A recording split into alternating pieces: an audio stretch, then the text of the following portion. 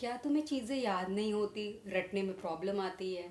या तुम्हें लगता है कि तुम स्लो लर्नर हो, या तुम्हारी थियोरी सब्जेक्ट वीक है, या तुम सोचते हो यार सिर्फ हेडिंग्स याद करने से हो जाएगा क्या?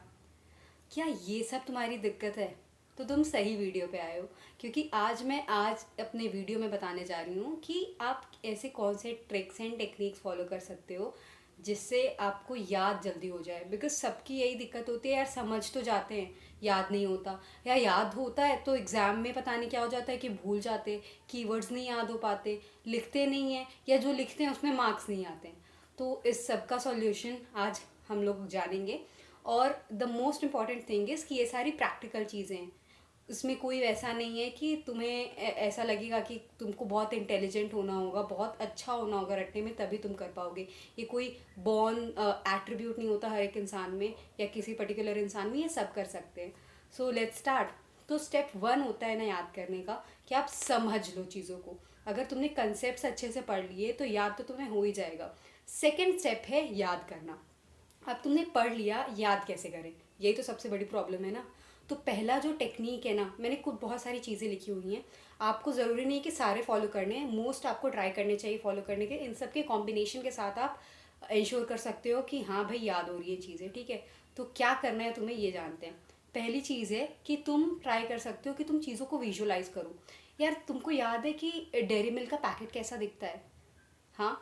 या कोई मूवी का scene, fighting scene, even romantic scenes, तो तुम्हें सीन्स याद है, क्यों? क्योंकि हमारे दिमाग को पिक्चर समझ आती हैं रादर देन जो लिखा हुआ है। एड्स में जो लिखा होता है वो नहीं समझ आता, बट उसने जो बोला हुआ हो या दिखाया हुआ हो वो ज़्यादा समझ आ जाता है और याद रहता है, रिटेन रहता है मोस्ट इंपॉर्टेंटली। तो तुम्हें फोकस करना है कि क्या तुम चीज़ों को विजुलाइज कर सकते हो। फॉर एग्जाम्पल साइंस वालों के लिए तो बहुत ईजी है विजुलाइजेशन। आजकल सारे गूगल पे चीज़ें अवेलेबल है, यूट्यूब पे अवेलेबल है, जिससे वो विजुलाइज करके समझ सकते हैं, चाहे फिजिक्स हो, चाहे केमिस्ट्री हो, चाहे बायो हो। फॉर एग्जाम्पल फोटोसिंथेसिस का प्रोसेस वो आप समझ सकते हो, हाँ वाटर जा रहा है लीव्स पे, ये वो सारा कुछ आप इमेजिन कर सकते हो।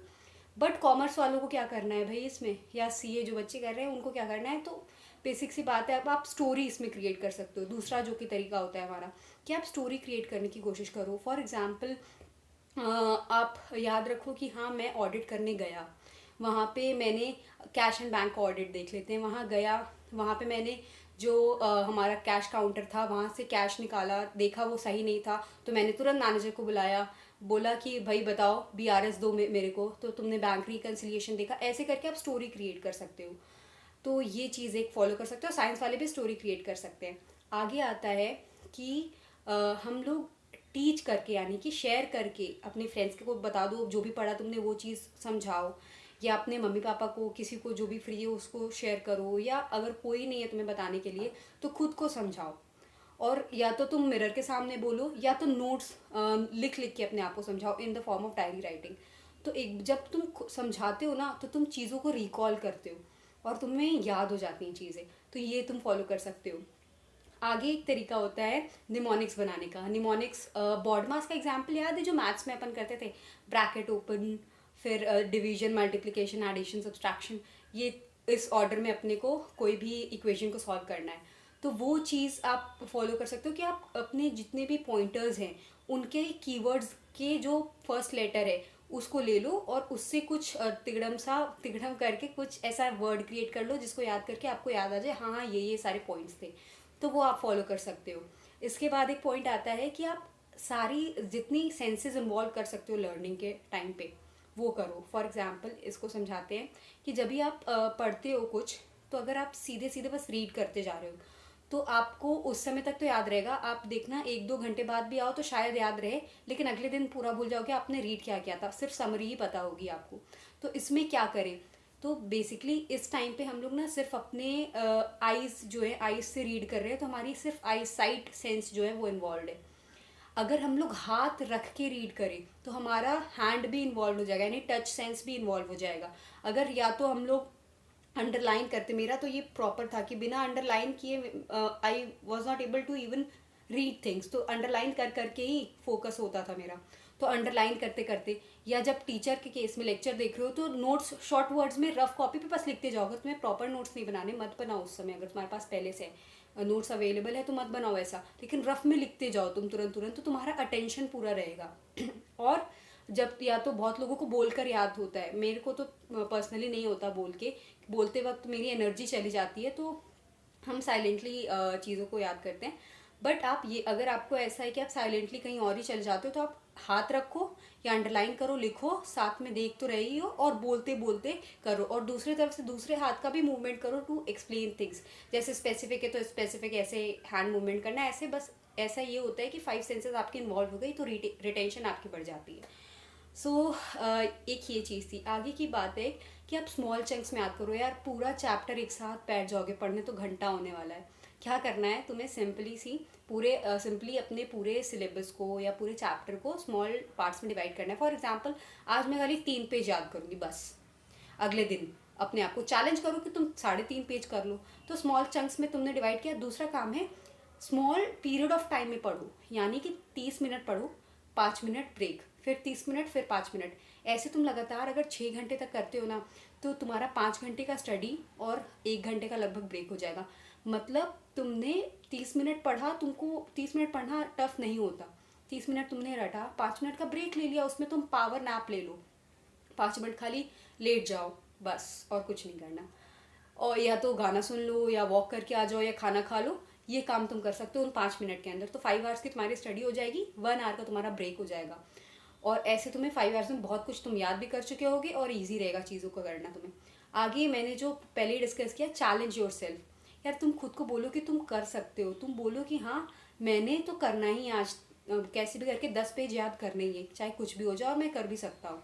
तो ये तुम्हें अपने आप को चैलेंज करना होगा डेली। आज 10 पेज करो, कल 12 पेज, परसों 13 पेज, 14 पेज। ऐसे कर करके धीरे धीरे आप अपना रिटेंशन बढ़ाते जाओ। एक बहुत इंपॉर्टेंट और लास्ट पॉइंट है, revise and recall and then give mock और टेस्ट। तो 3 है, रिवाइज, रिकॉल, मॉक। तो रिवाइज करो, जैसे आज पढ़ो, उसके बाद अगले दिन नेक्स्ट टॉपिक स्टार्ट करने से पहले आज वाला रिवाइज करो, देन वीकेंड पे अगेन रिवाइज करो।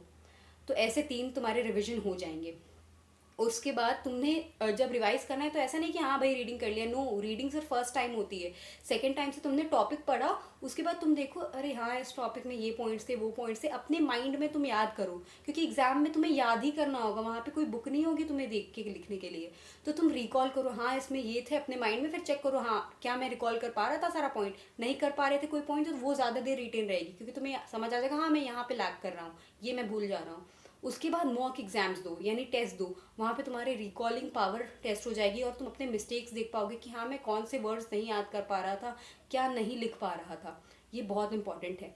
तो ये सारे ना टेक्निक्स थे जिससे आप याद कर सकते हो, ये फॉलो कर सकते हो आप। अब कुछ ना लॉन्ग टर्म में आपके ब्रेन पावर, अटेंशन पावर को इंक्रीज करने के लिए कुछ एक्सरसाइजेज होते हैं, वो बताएंगे।